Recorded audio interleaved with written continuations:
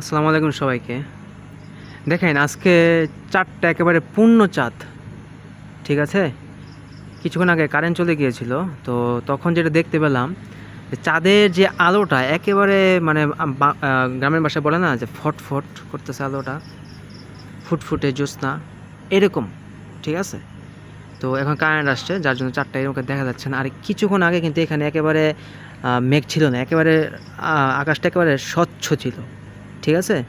কোনো মেঘ ছিল না, আলোটা তার জন্য আরও বেশি বেশি নিচে পড়তেছিল। ঠিক আছে? আর এখন যেটা দেখতে পাচ্ছেন আপনারা, যে দেখেন এখনও কিন্তু আলো যে নাই তা না।